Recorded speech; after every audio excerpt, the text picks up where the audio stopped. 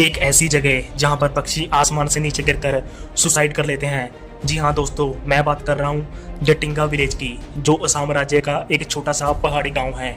इस गांव में सितंबर से नवंबर के महीने में शाम को सूरज डूबने के बाद सैकड़ों पक्षी आसमान से नीचे गिरकर सुसाइड कर लेते हैं। लोगों का तो मानना है कि ज्यादा कोहरा और तेज हवा होने की वजह से उन्हें कुछ दिखाई नहीं देता और घरों की लाइट की तरफ आकर्षित होकर तेज रफ्तार में पेड़ या दीवारों से टकराकर मर जाते हैं।